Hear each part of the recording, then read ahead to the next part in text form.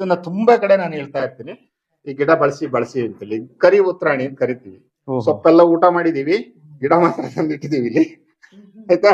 ವಿಶೇಷವಾಗಿ ಇಲ್ಲಿ ಯಾರಾದ್ರೂ ಇದ್ರೆ ನಾನು ಓದ್ ಕಡೆ ಎಲ್ಲ ಚಾಲೆಂಜ್ ಮಾಡ್ತಾ ಇರ್ತೇನೆ, 4 ಕುಡಿತೀನಿ ಅಂತೇಳಿ. ಪೈಲ್ಸ್ ಆಗಿದೆ ಅಂತ ಹೇಳ್ತಾರಲ್ಲ, ಸುಮ್ನೆ 4 ಕುಡಿತೀನಿ ಸಾಕು. ಸೊ ಒಂದ್ ಅರ್ಧ ಗಂಟೆನಲ್ಲಿ ನಮ್ಗೆ ಅವ್ರು ವಾಪಸ್ ರಿಸಲ್ಟ್ ಕೊಡ್ತಾರೆ ಕುಂತಿರೋರು. ಯಾಕಂದ್ರೆ ಕೂರಕ್ ಆಗ್ತಾ ಇರಲ್ಲ. ಸೊ ಪ್ರತಿದಿನ ಬೆಳಗ್ಗೆ ಒಂದು 4 ಕುಡಿ ಸೊಪ್ಪು. ಸೊ ತಿನ್ನೋದು, ನೀರು ಕುಡಿಯೋದಷ್ಟೇ. 3 ದಿನ ಕೆಲವರಿಗೆ 3 ದಿನಕ್ಕೆ ಬೇರ್ ಸಮೇತ ಬಿದ್ದೋಗುತ್ತೆ.